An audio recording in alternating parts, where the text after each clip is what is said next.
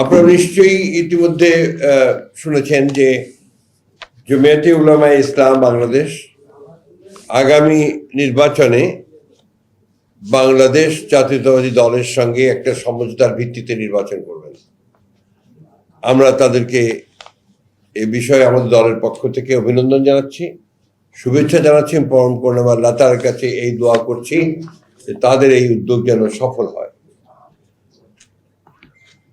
প্রিয় বন্ধুগণ, বাংলাদেশ এখন একটা ট্রানজিশনাল পিরিয়ডে আছে, একটা ভয়াবহ ফ্যাসিস্ট শাসন, যে শাসন আমাদের সমস্ত মূল্যবোধগুলোকে ধ্বংস করে দিয়েছিল, আমাদের গণতান্ত্রিক প্রতিষ্ঠানগুলোকে ধ্বংস করে দিয়েছিল, আমাদের অর্থনীতিকে ধ্বংস করে দিয়েছিল।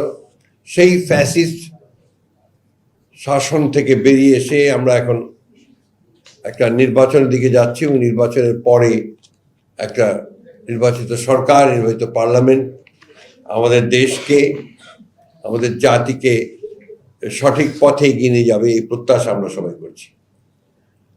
কিন্তু এর মধ্যেই দেখা যাচ্ছে যে কিছু সংখ্যক ব্যক্তি মহল, তারা এই ট্রানজিশনাল যে প্রসেস, এটাকে বাধাগ্রস্ত করার জন্য ভয়ঙ্করভাবে চক্রান্ত করছে।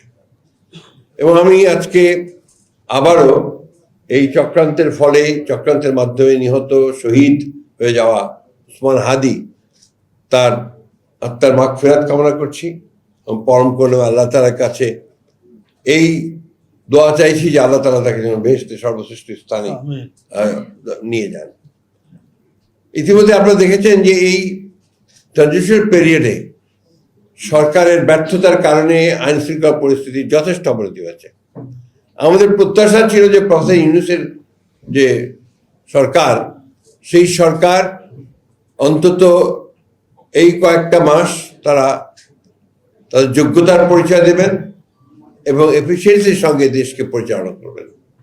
আমি ধন্যবাদ জানাই যে তারা তাদের কথা রেখেছেন, যে আপনার 26 ফেব্রুয়ারি মাসের 12 তারিখে নির্বাচনের ঘোষণা দিয়েছেন এবং নির্বাচন কমিশন সেটাই করছেন। কিন্তু নির্বাচনের যে পরিবেশ তৈরি করা, এই পরিবেশ তৈরি করা যে তাদেরকে আরো সচেতন এবং ইতিবাচক ভূমিকা পালন করা দরকার, আরো কার্যকরী ভূমিকা পালন করা দরকার এবং এই বিষয়গুলোতে তাদের ফোকাস আরো বেশি দেবেন এবং আরো ভালোভাবে নির্বাচন যেন আপনার অত্যন্ত সুষ্ঠু পরিবেশে অনুষ্ঠিত হয়, সেই বিষয়গুলো দিকে লক্ষ্য রাখবেন, এটা আমরা আশা করি। আমাদের যে কথাগুলো ইতিমধ্যে সালাউদ্দিন সাহেব বলেছেন, যে জমিয়তে উলামায়ে ইসলাম বাংলাদেশ এর সঙ্গে আমাদের যে আলোচনাগুলো হয়েছে সে আপনারা শুনেছেন। আমরা কিন্তু প্রথম থেকেই, বাংলাদেশ বিএনপির জন্মলগ্ন থেকেই শহীদ প্রেসিডেন্ট জিয়াউর রহমান সাহেব, তিনি সংবিধানে বিসমিল্লাহির রহমানির রহিম প্রথম তিনি সন্নিবিষ্ট করেছিলেন এবং আল্লাহর উপর অবিচল আস্থা বিশ্বাস এই কথা দেওয়া হয়েছিল। কিন্তু হাসিনার এই সরকার আপনার সেটাকে বাতিল করে দিয়ে নতুনভাবে 15th অ্যামেন্ডমেন্ট দিয়ে সবগুলোকে পরিবর্তন করে দিয়েছিল।